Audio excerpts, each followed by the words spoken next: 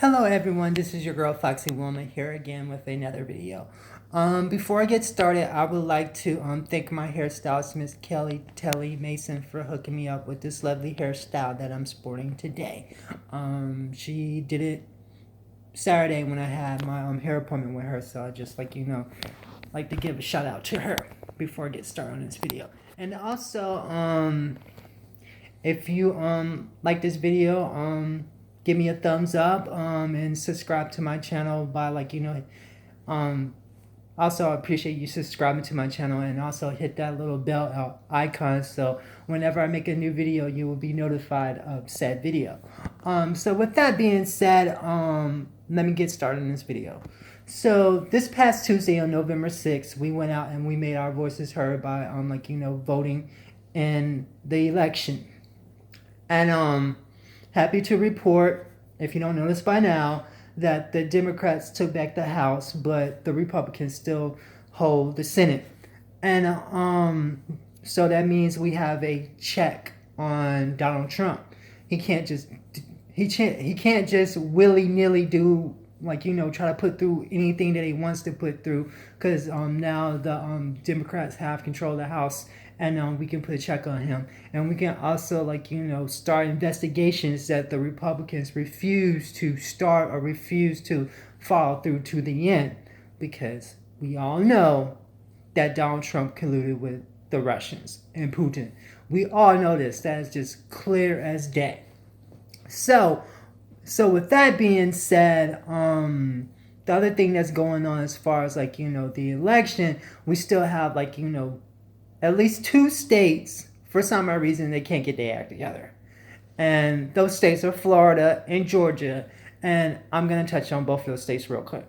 So down in Florida, in Broward County, for some odd reason, they have not gotten all their votes tallied or counted and stuff like that. And then also come and find out through reported sources that on their ballot or whatever, the Senate race was in the bottom left hand corner, and the governor's race was in the center middle, big what they call it, in the forefront, where people pay more attention to it.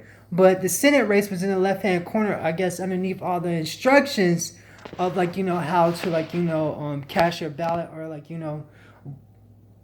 let's say all the instructions, underneath all the instructions. And people, for some odd reason, didn't pay attention that underneath those instructions was a place where they need to vote for who they wanted to represent them in the U.S. Senate. And the race was between Rick Scott, the Republican, and Bill Nelson, the incumbent Democrat.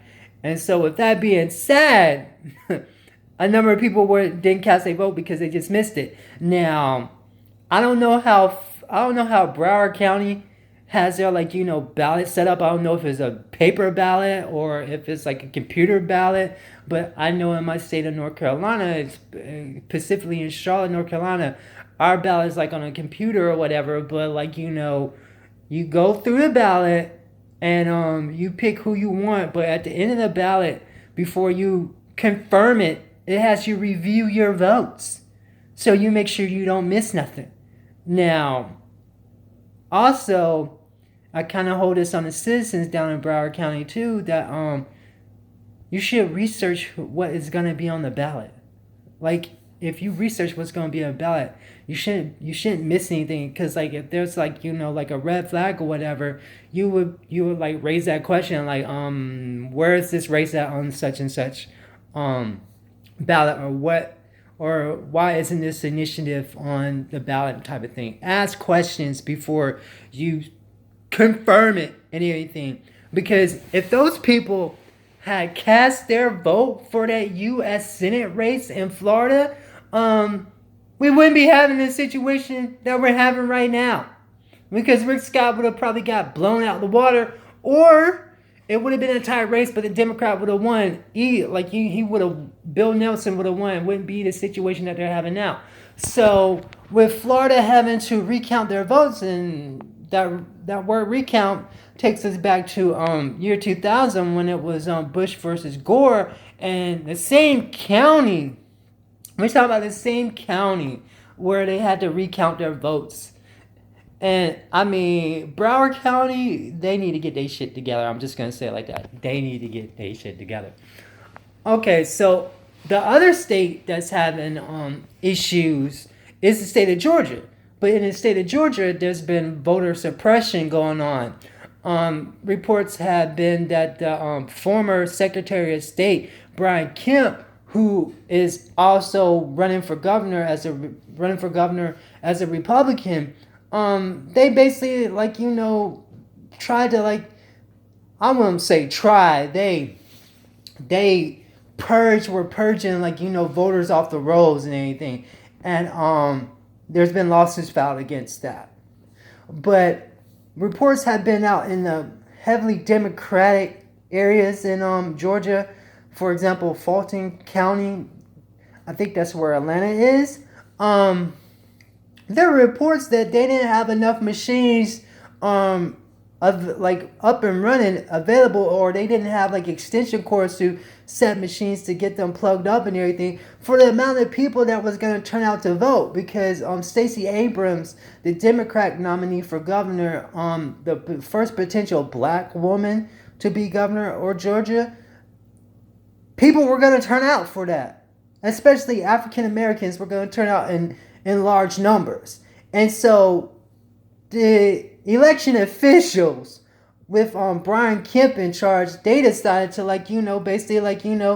make it hard for people to vote. Because if you're standing in line for 3 to 4 hours just to vote, that is preposterous. We live in the United States of America.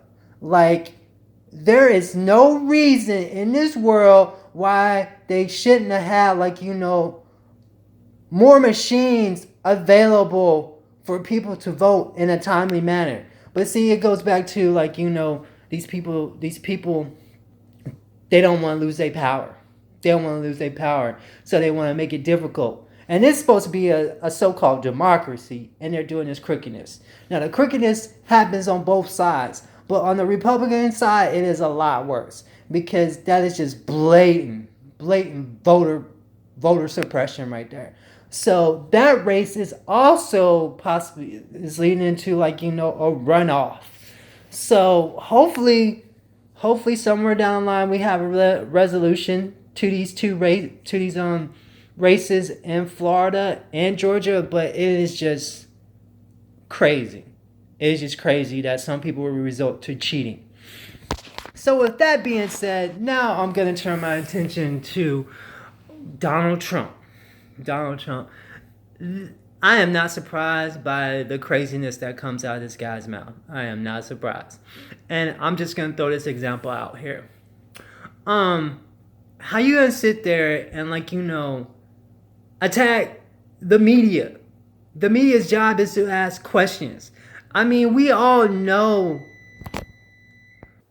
those of us with sense all know that you're a basket case and you don't know what the hell you're doing. So you just want to lash out on reporters who are just asking you legitimate questions. Because how in the world are you going to call someone a loser just because they're asking you a freaking question? But see, you don't have the answers.